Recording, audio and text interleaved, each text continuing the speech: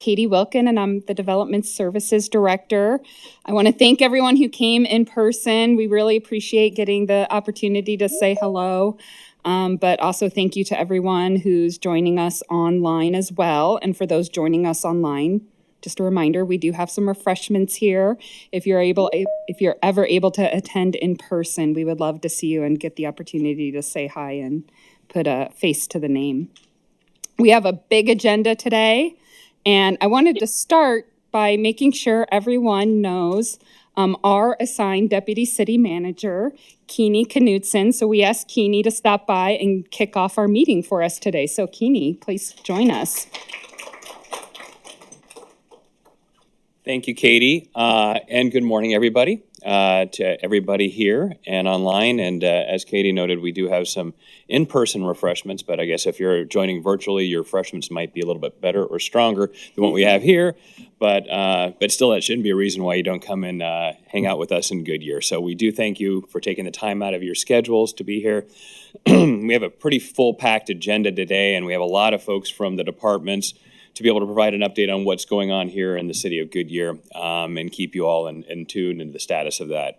From a personal perspective, I'm coming up on about 2 years here with the city of Goodyear. I have, just if you don't know what departments I have besides Katie's development services team, I also have the engineering team led by Steve Cinto in the back. Also have the water services team led by Barb Chappell, and also have public works headed up by Samit Mohan. So, and I also am responsible for any development agreements that tend to happen through developments that we have. So wanted to just mention that obviously from a city perspective, you being here and the work that you do is vitally important to us. We are obviously a very fast-growing city, not just in the Valley, but across the country. And that doesn't happen unless we become a city that people enjoy working in, doing business in. And that is our goal. We know we're not perfect, but we strive every day towards perfection. We know where we need to improve, or maybe things that we can do better. We want to be able to be focused on that because we want to be the best city in the Valley to work with for developers, for anybody who wanting to do business. We have a lot of areas to expand and grow here, and you're going to be a part of it. I know our team is very excited and engaged to make sure that you are a part of that, and then you have a great experience working with us. So this forum that putting this together, I think, is a great opportunity to be able to have that engagement with you, not just to be able to share information, but also hear back from you. You all probably don't just work in Goodyear. You probably work in a lot of Valley cities as well and have your experiences there in good, bad, the ugly. We want to be able to hear from you where we can do better and hear what you suggest for ways that could make it a better place to work. Doesn't mean we're always going to take all those, but we do want to hear about them so we can consider how we can Goodyearize what everybody else is doing in the Valley, and also do our own unique things here as well that is unique to how we develop as the city of Goodyear. So please take this opportunity. I know there's going to be a lot of folks coming up here to talk to you and share information with you, but this is not meant to be monologue. So if you have an opportunity, whether it be online or in person, if you have questions, please don't hesitate to be able to bring those up, and we'll do our best to be able to jot them down and get back to the group or be able to answer it here today. So I'm excited to be here. Glad we have this opportunity. And I want to make sure you know from top to bottom of the organization, you as our customers are vitally important to our future, where we are going as a city. With that, before I get away from the podium, wanted to see if anybody has any questions for me at all. All right. Well, I'm going to have the pleasure to bring up Dara Mann from our Economic Development Department, and she's going to share some exciting news. And the thing about it, I won't steal even her thunder, but it just seems you don't have to read the Phoenix Business Journal every day or see what's going on. There seem to be announcements that happen all the time here in Goodyear, and I know there's some that are coming up. I won't tell anything about those because I probably can't. I'll get in trouble if I do. But I know Dara's going to share information about what's going on here. So please welcome Dara. Thank you, Tony. Thank you, everyone. I am Dara Mann, Deputy Director for Economic Development. Everything went black. The suspense. Well, while we're waiting for that, I want to let you know that I have stickers, Goodyear stickers. You totally have to have a Goodyear sticker for your water bottle. And is it back up? Okay. Okay. Okay. Well, since I'm already on the subject, we have a business and lifestyle magazine over there as well, and our Goodyear by the numbers. So we can grab those on your way out. So welcome to Goodyear. Goodyear is the 4th largest Arizona city by square miles and the 11th largest by population. We have a very high medium home value and the highest average household income of all of the major cities in the West Valley. This it shows our population growth. The yellow represents true population from census, and then the blue represents Maricopa Association of Government, or MAG, estimates. Our full build-out estimate is well over 700,000. So as of today, with the 116, we're about 15% built out. So we're just getting started. I'm going to highlight 6 of the focus areas that economic development works to attract. I'm going to start with advanced business services, or office. This is the Gen 1 at GSQ, 103,000 square foot, 3-story building, mostly full. About 2 suites left. 2 suites left. Oh, okay, well. And we are going to welcome Avila University in the fall. They're bringing 5 master's degree programs to Goodyear, including management, healthcare, and some technology ones. Really interesting stuff.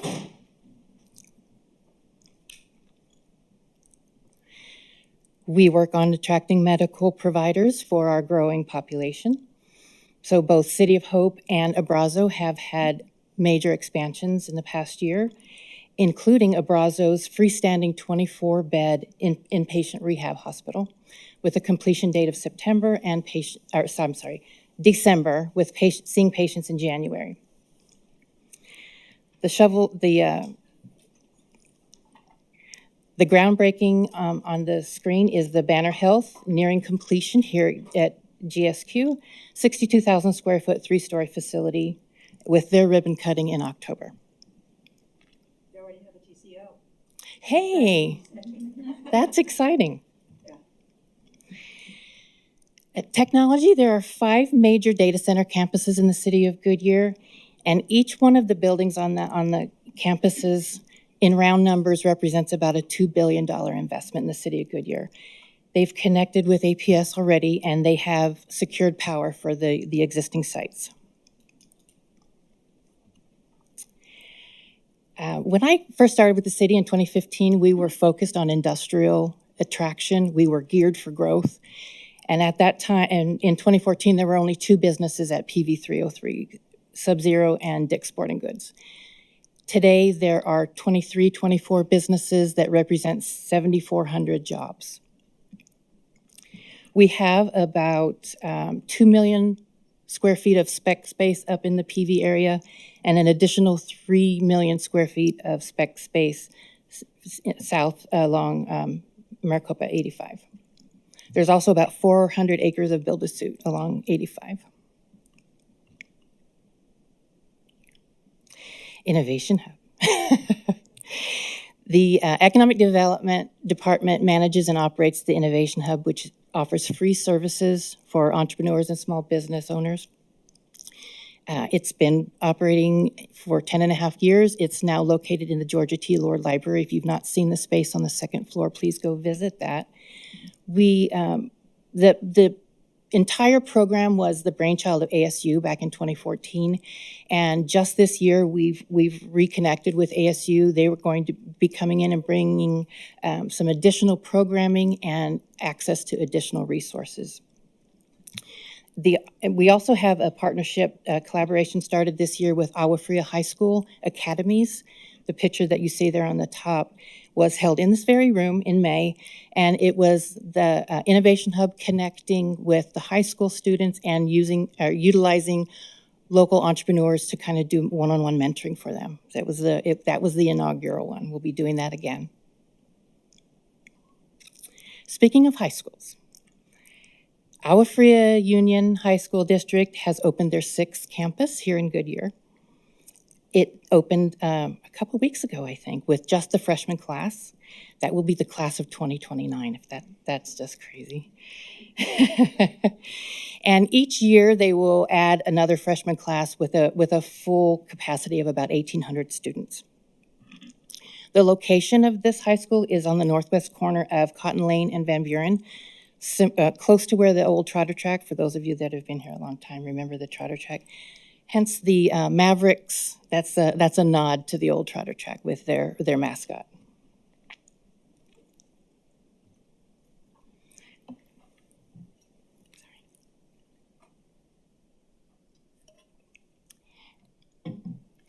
Economic development doesn't we don't work to attract housing, but we keep an eye on it because it's important to the businesses that need the talent to be living here. And I am adding in, so the photos are multifamily. There were over 1,500 multifamily units permitted in 2024. And for the last 5 years, single-family permits have averaged about 1,400. And I was told there are 65% more finals in the most recent 6 months than the same time period last year. The heat map shows the single-family permits and the residential growth. It's all across the city. It's not just one little pocket. The entire city is growing. The mix of housing has changed a little bit over the years, too. In 2017, the permits were 95% single-family and 5% multi. And currently, they are 38% single and 62% multi. So we're catching up on a product that we didn't have access to for a long time. The vision for Goodyear's major downtown district is taking shape.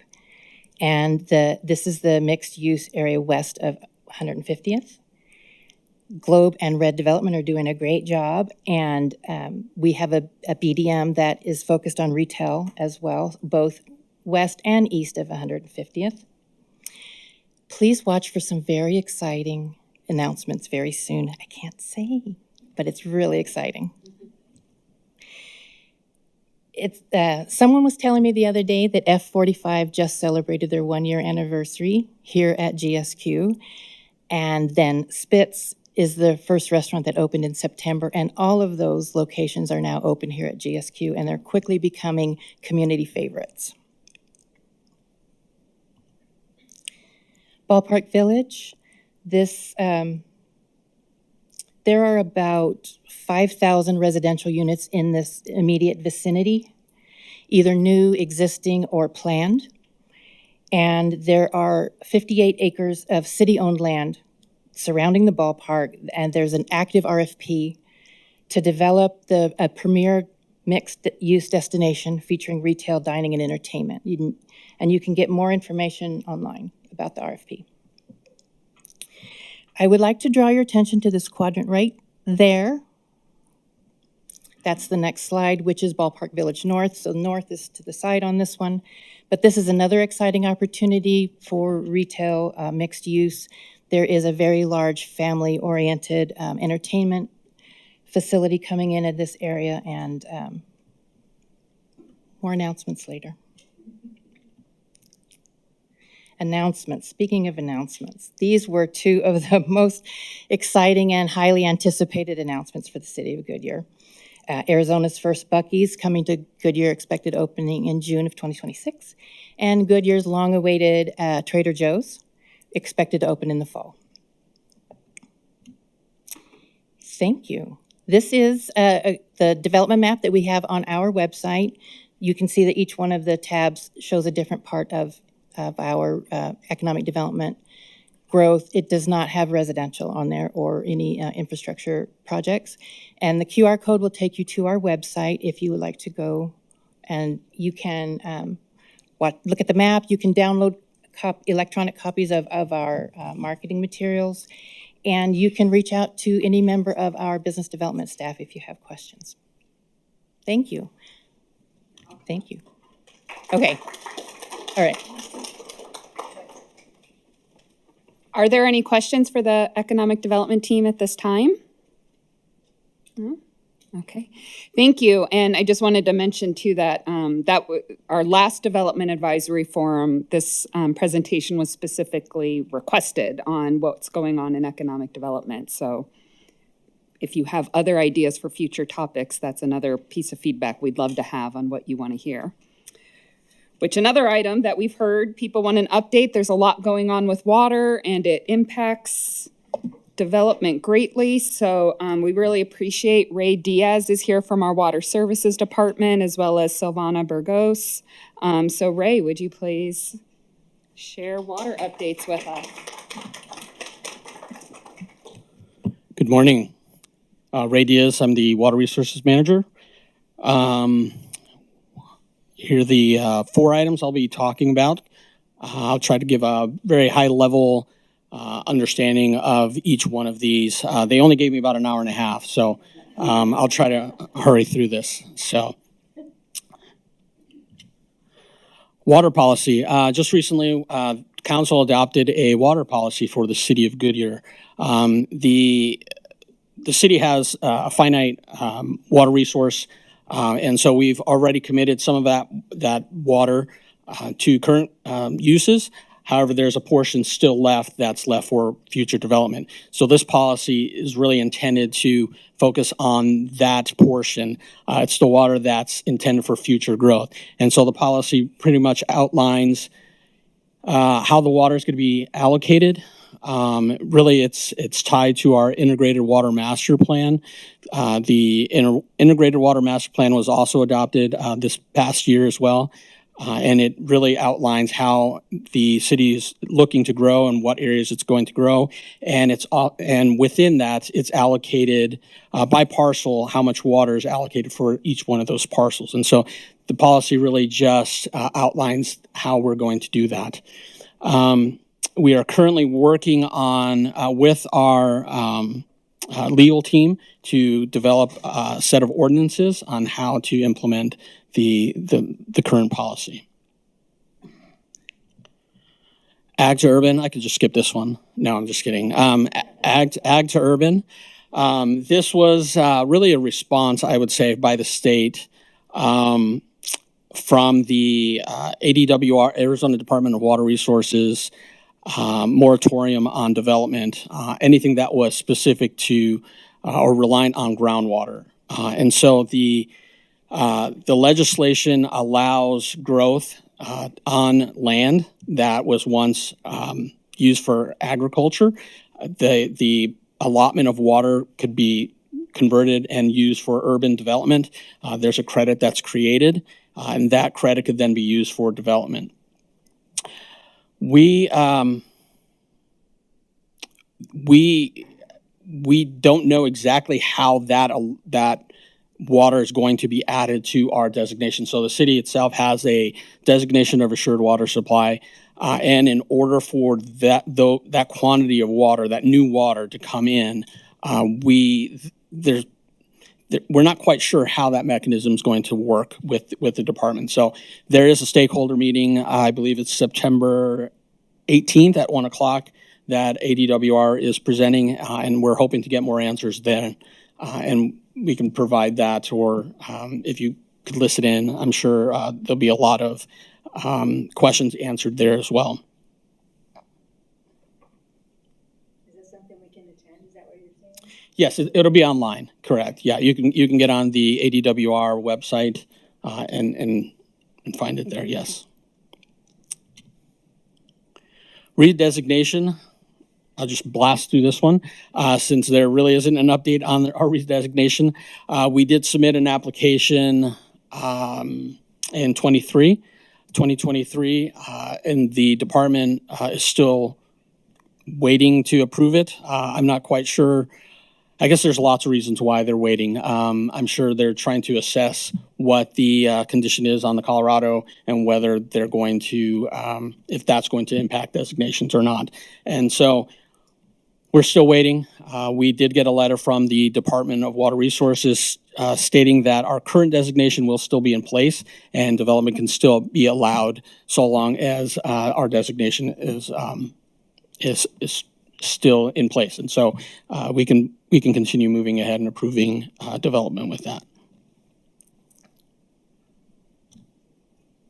Water conservation, we continue to develop our conservation programs. We primarily focus on residential outside, water use outside on residential. However, looking at all the development, we see that commercial and industries have come into Goodyear. And so we are now looking to create programs that are specific and focused on those sectors. We do have a new position that's going to be dedicated just for what we call CII, or commercial, industrial, and institutional. So those sectors will definitely be a focus in the upcoming year, where we're going to create more programs, work with our companies, trying to help them just be efficient in their water use and help where we can. And so more to come on that. We do continue to provide free educational items, free classes, free items for our residents. And so we're just trying to grow those programs as well. And that is it. I kind of blasted through that just to leave room for questions. Yes, sir. Any other questions? Sure. The question was, are there any long-term plans to purchase Liberty Water? At this moment, I have not heard any. But if you know something that I don't know, I'd like to talk with you on that.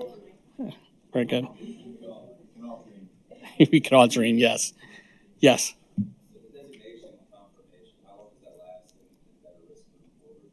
The question was on specifically on the designation and whether how long is it normal for it to take the 2 years? So we should have had something about 6 months ago per the ADWR's timeline. And so that's why they sent us a letter just to let us know that our designation is still in play. But it is not the norm for it to go this long. So I believe there's other cities that are in the same situation that we are. And so to answer your second part of the question, which is would that impact long-term development? And I would say yes and no. So long as our designation is still good, then we're fine. But there is a limit, because our designation, we're looking to acquire additional water resources and put that into our designation. So with that, then we would have more water to allow for more growth.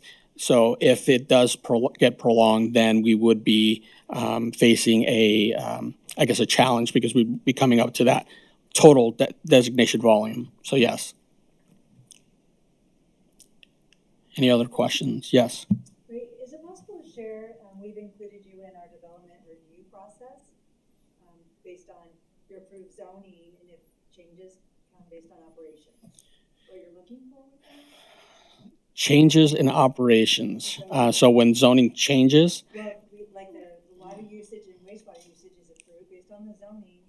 And we've had businesses that need increased water and wastewater demand. So we've included your team in this process so that you can help us. Sure. What are you looking for?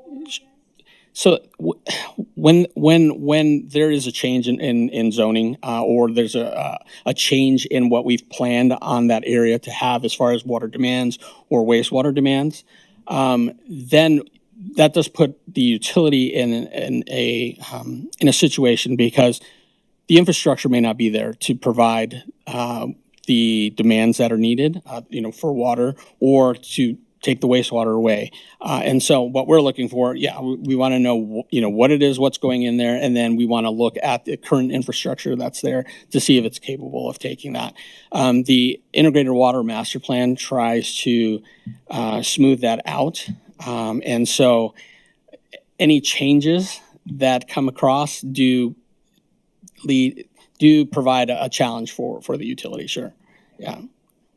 It's great. They're a part of our process now, which makes it smoother. Thank you. Sure. Any other questions? All right, great. Thank you.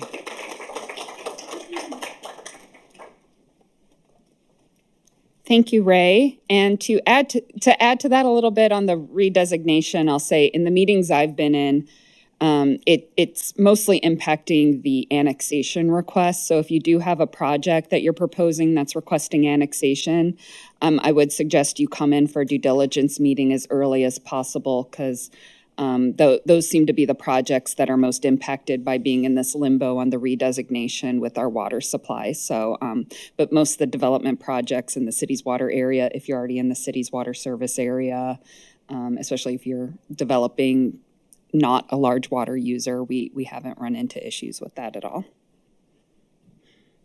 Okay, next we have Alyssa Magley, our Administrative Services Manager, and Alex Listinsky, our Business Analyst in the Development Services Department. And they're both going to provide us state of the department updates on the Development Services Department itself. So, come on up. Good morning. Yes, so state of the department. So Alyssa Magley, as Katie introduced me, I am the admin manager for development services. So we do all the stuff behind the scenes, budget and records and all of that fun stuff. So today, the fun stuff I'm going to be going over is first, department budget, the supplementals for our new fiscal year that just started last month. The focus has been on our new positions as well as contract employee funds, keeping those, all of our contractors going. And that's partly because of some vacancies that you'll see a little bit later in the presentation, as well as the current demand for development within the city.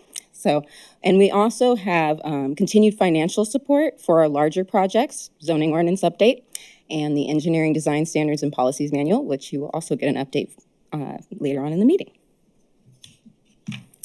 So for some new positions, as a result of the feedback we received during listening sessions, our customer satisfaction surveys, it helped us identify areas that we've been struggling, so thank you. And we were able to produce data that showed those gaps and what needed to be filled, as well as receiving city leadership support, which is very important. So this is honestly the most positions that we've received since, at least I've been here for 8 years.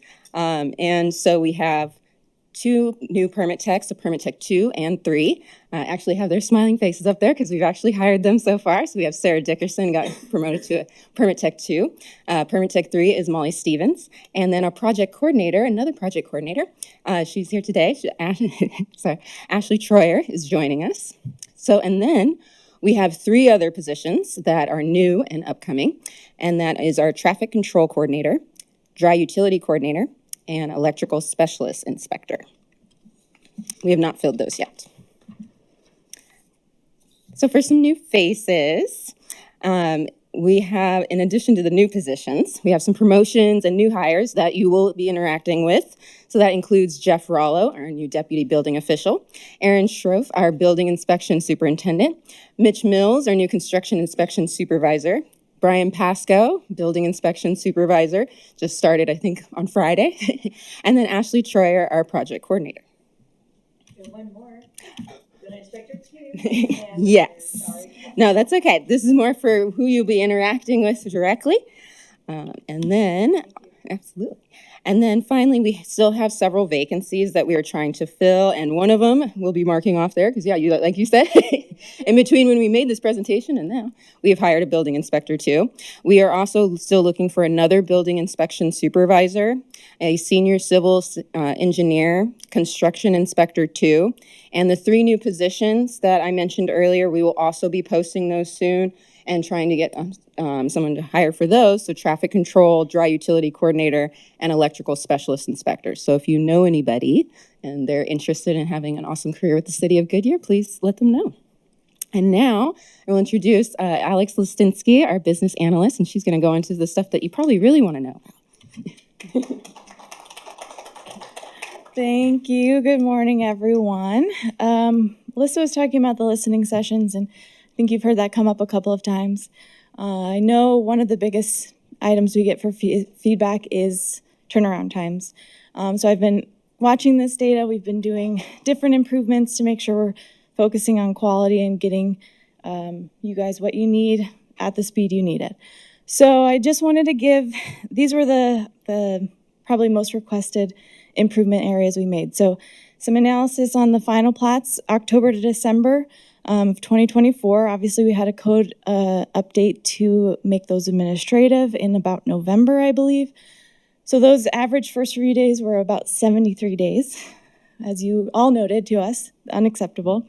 And second review, about 67 days. And those counts were 11, so that averaged out to 73, and 4 that averaged out to 67. January to March, we brought that down to 17 days first reviews and 18 days second reviews. And since April to July, our data has been showing we've brought it down. First reviews about 16 days, second reviews half that time, about 7 days. So we're working hard to move these numbers down.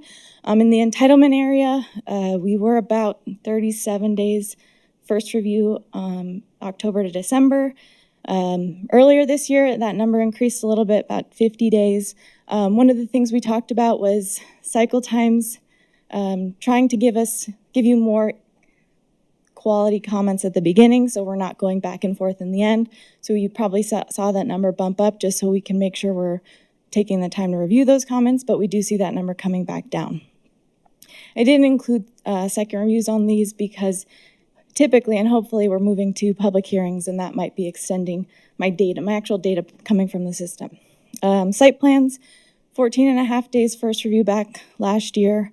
Again, this might be because we were maybe rushing reviews, and then you might get into third, fourth, fifth cycles. Focusing on quality, that kind of went up to 25 days, and now we're back down to about 19 days.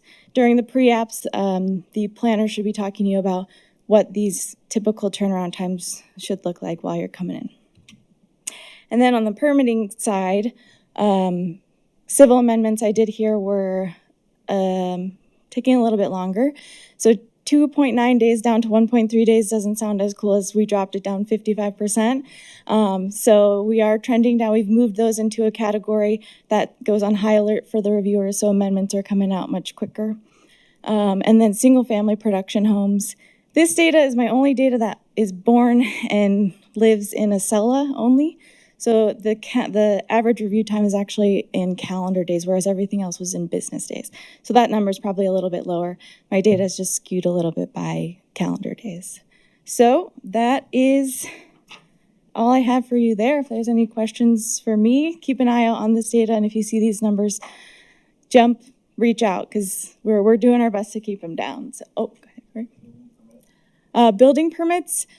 Okay, that one didn't come on my radar. I could probably get you that. We're trying to, I think it was about 15 days overall for a review time. Yes. A commercial building permit? Actually, we've changed the process, and that's coming up in the presentation. But I can get you that data. Thank you. All right, thank you. Oh, yep. Just one question, this might come up a little bit later, earlier, and that's great movement on final plans. That's definitely a sea change on that. Earlier this year, we appreciated Goodyear instituted a pilot program for single-family residential application submittals. We had a lot of builders that were definitely interested, and I know they were eager and have been participating. Yeah. Is there a way to provide an update on how that's coming along? Sure. We have had, we just did two customers took advantage of that. We're still open to people. If you reach out to us or through our development counter, we can get a home builder set up on that. But we just did 2 home builders on a project, and I think it was working pretty smoothly. Just a lot easier to submit, track those applications. But I don't have Tim, do you have anything? Love to see all of them coming this way. We tried one thought was cool, but didn't want to try. The Lennar group did try after the last development forum, and they submitted their first round. And those of you that are talking about that, what we're after is to reduce your permitting time by 50% on your key, so that we can then guarantee where you said 5.4 calendar days, which may be 3.5, to hopefully get that thing down to 1.5 days for your own submittal because of the way in which you did the election. So anybody that wants to do that, again, we reached out to almost everyone. We had 2 people want to play, and then only 1 actually did play. So if you can help with that, we would love that. And for those of you online, Tim just said it's a really great program and you should try it and reach out to us. Yeah, thank you. It sounds like there's really good progress. Is there a rough time frame on this pilot? How long will it go on as a pilot? I say we're done piloting. Tim says we're done piloting. Anybody that wants to do it, we're doing it. If you want to do it, please do it.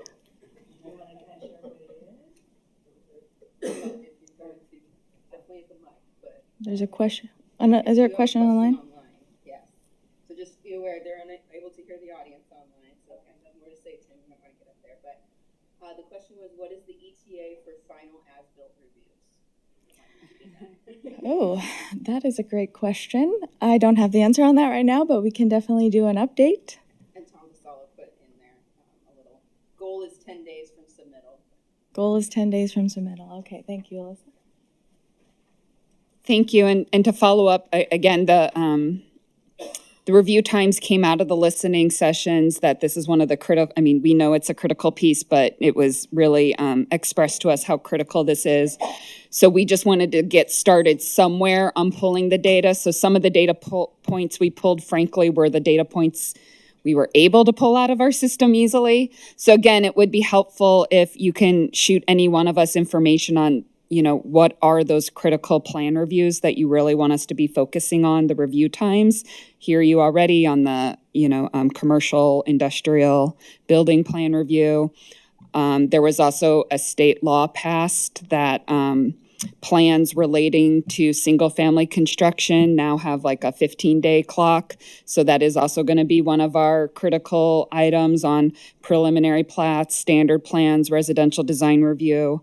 Making sure we're reviewing those and hitting those 15-day turn times per the state law on that. So we're scrambling to get that information and make sure we're tracking that. So again, any other critical items, and also the as-built question also alerts me. We know the as-built review times haven't been where they should be, so that has been a focus as well. So again, just let us know, and we will continue to report out where we are on our review times and improving those. Thank you. Okay, both my agendas have been stolen. I had two. What's next? Okay, thank you. All right, next. We are getting an update on the zoning ordinance update, and is it Guadalupe is going to give us the update? Guadalupe Ortiz-Cortez is going to give us an update, principal planner. Whose is this? Thank you, Katie. Good morning, everyone. Guadalupe Ortiz-Cortez, principal planner. I want to start off by thanking everybody that participated in the stakeholder roundtables for the zoning ordinance that happened in early June. We received a lot of great feedback from your teams, and we are considering it as we draft the update.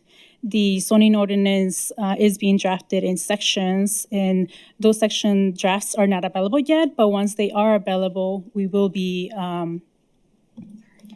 sharing them with you. Are there other slides? No. Okay.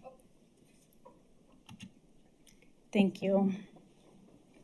We will be sharing those with you through the project website, goodyearac.gov/zoning, and through the mailing list that we have for the Development Advisory Forum as well. Staff is also working on addressing new legislation, including HB 2721 on middle housing and HB 2447 on administrative reviews and approvals. This will be presented to City Council before the end of the year. Any questions for me on the zoning ordinance?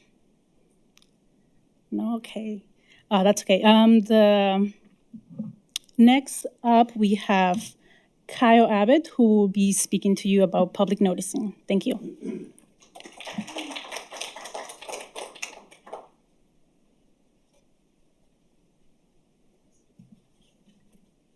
Good morning. I'm Kyle Abbott, Senior Planner. I'm providing an update on another item to come up during the customer listening session, that is public noticing. In recent history, staff has taken responsibility for all public noticing in the case of neighborhood meetings, alternative citizen review, and public hearings. However, we have listened to customers and spoke with our neighbor cities, and we will be shifting some of that responsibility to the applicants. Phase 1 rollout will see the applicant take responsibility for neighborhood meeting notices and signpostings, mailing notices of application, as well as responsibility for posting or updating signs on the property ahead of public hearings before P&Z and City Council. As part of this Phase 1 rollout, we will be providing a public noticing guide to support you all in meeting the public noticing requirements for different types of applications. Now, this public noticing guide and Phase 1 rollout are currently in the works, so please hold tight and look forward to learning more about this pilot program in coming months this fall. Thank you.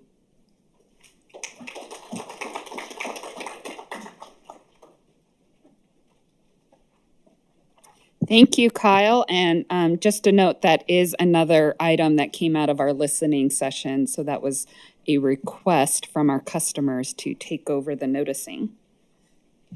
All right, our next item is an update on the Engineering Design Standards and Policy Manual. Marty Crossland, Deputy Director of Engineering. Good morning. Like Katie said, I'm the Deputy Director of Development Engineering. Oh, thank you. I am over the civil inspections and the civil plan review departments. So I know we're rapidly closing in on the end of this process. It's been almost a 2-year process to update. The last update was done in 2017, so it's been a long time coming. In previous meetings, we had this scheduled for council adoption in the next council meeting, which would be August 25th. That has since been postponed to September 8th. So not a huge change, but we just need a little bit more time to polish things up before we take it to council. And I will let you know that we are anticipating having a final draft that can be, upon request, can be given out. If you guys are interested to see all the changes that have occurred, it will not be fully approved or adopted until the 8th. So we will have that available for you. That's all I have on that. If you have any questions before we move on to the next one, I'm part of the next slide too. So any questions on the standards update? Is it posted online? Not yet. Okay. No, once I get, there's some other like formatting issues that they're trying to resolve in the background. I should have that yet this week. I want to try to get a draft copy online. And then it can be available upon request. It's kind of a large document because it includes all of the details as well. So we'll try to get that up on the website. Thank you. All right, in the next section, Cheryl Mullis, our Chief Building Official, will be joining me. We've made some transitions in the past couple months. I believe it also was part of the listening session with trying to align our processes with other valley cities and actual industry. So shifting some of the focus that civil inspections had been doing for years on site on private infrastructure is now being pulled back and shifted over to the building and fire departments. So moving forward, the civil inspections will be pertaining to public infrastructure, whether it's in right-of-way or whether it's in private property. If it's in a public easement, the civil inspections will be involved. If it's purely private, it'll be up to Cheryl and Mike Bruni, our fire marshal's teams for inspection. Yeah. There he is in the back. Okay. So anything else, Cheryl? Thank you. I just wanted to share how well it's going and share as far, I'm sorry, real short. Thank you. So when you had mentioned commercial industrial, the process has changed for plan review and inspection. So for plan review, we are including a combined checklist. Never going to use that word combo again. A combined checklist that has what civil needs. Typically for on-site would be retention, stormwater, and then we have everything else and we review the plans under a B record, a building permit record, and then we'll set up permits later as needed. But the review is being done under one record, get everybody involved. We have one contact for the project, and it seems to be going really well so far. I don't know if maybe Mike wants to share. So far, it's a good thumbs up. That's good. But it's to get a handle on, make it for a smoother process from review, inspections to C of O. We want to get you open as soon as we possibly can. And it seems to be going really well. The inspection teams are working really hard. And we've been working, I think, twice a week, hours and hours with Tim and his team. And it's starting to come to fruition. And so I think it's going to be very exciting when we can have more results to share with you. But our goal right now, we have 25 business days for first review for commercial and industrial, and that's for new ground up projects and multifamily. And then you will have a comment review meeting, and then you will have second review, which is half that time, so around 12 business days.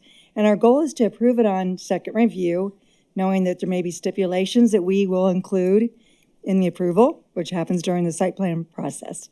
We are also looking at, I wanted to share real quick, the pad sites, right, that we have. They have been able to go through, it's called a commercial design review process instead of a site plan amendment, which is huge as far as time, what's needed for the review. That's working well as well. We're still making sure that comments are done first review in case there's something big that jumps out. And then we'll allow the building and civil to be submitted at the same time before approval. So we are constantly working to meet your timelines. And we know you're in a hurry. With commercial and industrial, we have spec buildings, and we're doing phased occupancy. Not sure if you've heard that, but that's very popular. And our inspection team is excellent at working with the construction managers in the field, and they're going with TCOs by phases. So if you're ready, this is ready to go, life safety is in place, move in, take that section, and then we allow a construction fence or separation from occupied. And so we're working with commercial industrial to get it open, even if it's not fully done yet. As long as the shell is done, we're able to work with you on that. So just another thing that we're working on. But yes.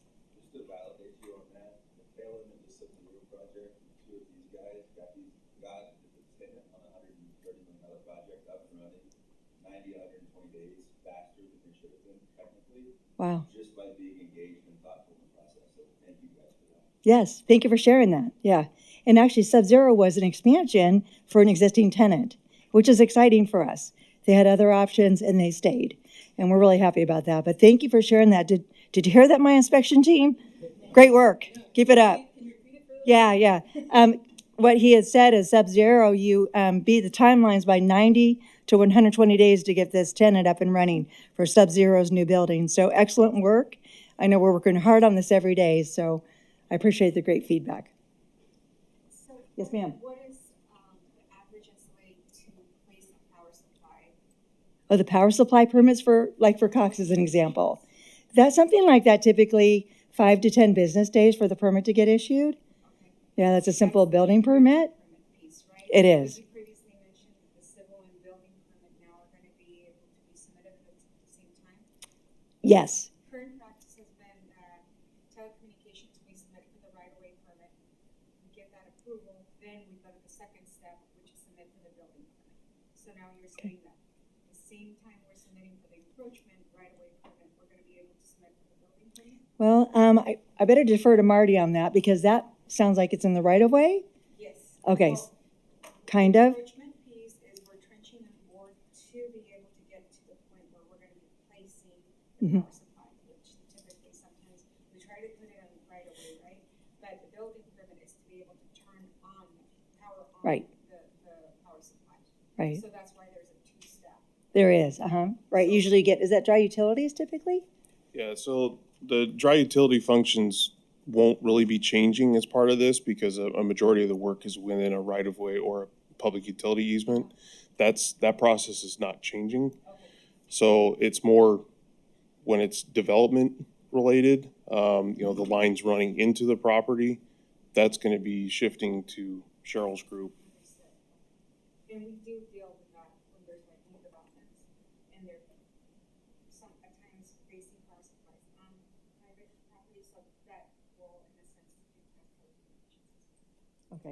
Yes, permits for the power supplies, thank you, you're with Cox? I'm sorry, so they typically are a 5 to 10 day business turnaround, so it's pretty simple process. And we have online payment, once it's approved, it's a smooth transition. So if you find anything longer than that, please reach out. That's our goal, those are quick turns, okay? Thank you. Any other questions? So we don't look like we've transitioned, but we have. You just can't tell by looking at us. Look the same. There was a question online that I responded to. But Oh, thank you. It was, and I got another one. Okay, so. Okay. Who should we reach out to in order to get a copy of the draft engineering and design standards? So please clarify. You can reach out to me, Marty Crossland. For a draft, because they can't hear me. Yeah, for a draft copy, you can reach out to me via email or phone. So Marty Crossland. And then second question, what is the adoption date for the 2024 code? And there's another, okay, there's 3 questions. So. Okay, thank you for that. That goes to our next slide. Yeah, just press the. What do I press? Just the arrow key over. This? Yep. Okay. Oh, Too far. Oh, okay. Did you go too far? Oh, was this, Could be next. well, maybe not. Okay, we can talk about it. There it is. There it is. Okay, great. I can't talk unless it says that. So the building codes, we are still in the process. There are several things that we're looking at. Our goal is to have adoption later this year. We will provide a grace period, so all you wonderful home builders that are here, don't worry, don't panic. We're going to keep your plans active, current. We're going to try and keep it as simple as possible. We like to technically just do a cover sheet, just a heads up on that. But the grace period will be provided, so hopefully adoption later this year with probably effective date of July. We usually like to go fiscal year for that, but we'll work with you on that. We also provide the grace period to all these projects like commercial and industrial that are in review. And please don't change your plans. We will work with you if you're designing to the 18, because that's where we are today. Stay on the 18 and we will work with you on that. If there are instances you need help with something that's in the upcoming code for the 24, please let us know that as well, and we'll help you with that. But yeah, we're still working on it. Believe it or not, it's harder than it looks with all the moving pieces that we have with legislation and everything that's out there. So that's our update on that. Do I go back? Yeah, you did perfectly. You answered their question. So. Okay, thank you. Oh, yes, sir. Back to the building safety review civil. Mm-hmm. Yes. At that point, are you now having us submit those as a joint set so that the civil and building safety? Yes, that's correct. Yes, so it's one submittal checklist.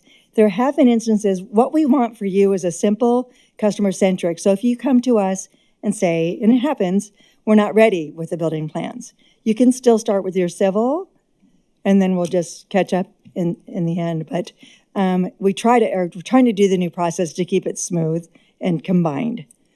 I totally like the idea because it'll help with the fact that a lot of times we pass stuff on architectural that we cannot. Yes. Yes, it actually works well, even like for the finished floor, right? You're doing it on the civil plans. Well, now they're part of the submittal. So instead of me asking you to put it on the building plans, you don't have to do that anymore. It's in there. So, and utilities and things like that. So it's working out well. But then on our next subject, thank you. Did you hear that question? I'm sorry. We're still doing a combined submittal. That was the question for commercial and industrial. Our next discussion, I don't know if you saw the governor. She cares about our construction workers, which is amazing. So she actually passed a law this year that from May 15th to October 15th, you can work, no restrictions to residential. That was removed. You can work from 5 a.m. to 7 p.m. without asking for an additional permit. You can pour concrete work from 4 a.m., right? This is for the entire Monday through Friday. Saturday and Sunday basically are 7 to 7. But again, it removed the distance to residential. Anytime outside of May 15th and October 15th, that's when City of Goodyear's ordinance that was in place prior is back in effect.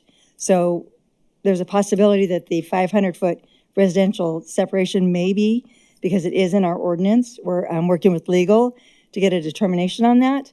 But the hours are very similar as far as that. But as you know, it's really important in the summer to work with these guys and keep them all safe. So if you do need something outside of that time, please let me know. We can get you this document, fill it out, send it to me, and we'll look at, consider it. And our goal is to approve it to help your teams and keep the project going as quickly as possible. Okay? Is that information provided with an approved permit? I know that some entities will have those special indications of special hours. Is that information, or would they have to rely on it going to the website? You know, that's a great point. So she had asked if this information is provided with a permit. We could actually do that. So that's great advice. So we can actually provide our hours and this document in case you need it. Okay? So thank you for that. Yes, sir? Oh, you're a city employee. I can help you. Hi, Joe. So I am my name's Joe Velasquez. I'm the dry utility inspector. Oh, thank you. So when I see this right here. online. They can't hear you online. Thank you. I talk loud. So when I see this here, and I get the intent of it, you know, and it's for the safety and all that, but also what I have run into, because I do a lot of upgrading in existing residential areas and all that stuff. So 5 o'clock is pretty early. We have to recognize that, and apart from this, just some of our work, you know, it raises a lot of, eyes on the projects. And because of, the thing I worry about is sometimes, you know, you get irate residents and stuff like that. And there has been incidents where the work that we've been doing, we've had to call PD because people are over the top irate. Very few instances, but it becomes, you know, we have to recognize that this is a touchy thing too. And when I've had contractors wanting to work early hours or things like that before this ordinance, I would kind of address this as being considerate of everybody, but like I said, it becomes a safety factor out there because people can become irate, and then they've come out there with what they've shown weapons and stuff like that. So, you know, sleep deprived people, there's people that work at night and come home, you know, and so I want to raise the awareness of this ordinance here. It's going to be touchy, and it isn't like, hey, we got this ordinance and the governor said it's okay and we're just going to start, 5 o'clock in the morning. So, you know, even for my safety too, because once they see the city truck pull up there, I'm the first target there, you know, and we've been really good at tamping down some of these concerns and working with people. So, you know, I just thought about that when I see that thing come up.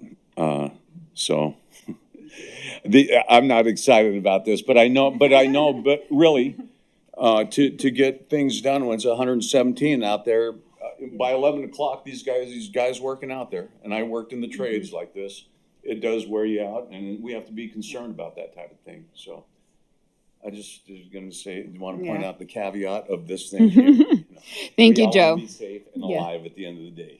It's a good point. And for those who don't know, Joe, he's one of our civil inspectors and works on our dry utility projects. So he's working with the telecommunication projects that are working right in our residents' front yards. So I think Joe's just asking for some coordination when we're in the residential neighborhoods themselves on the construction projects.